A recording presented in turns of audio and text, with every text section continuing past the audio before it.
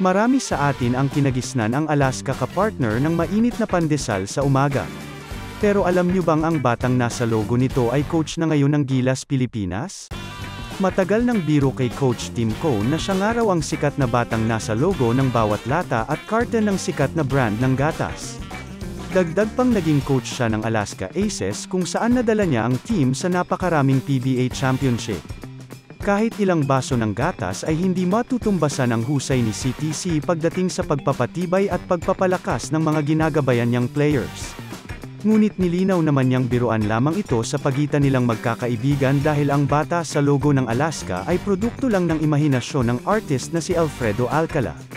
Pero mukhang totoo ang basbas ng tibay ni Coach Tim dahil masustansya ang pinakitang performance ng Gilas sa una nilang laro para sa Asian Games. Anong gatas naman ba ang paborito mong inumin, idol? Comment down below.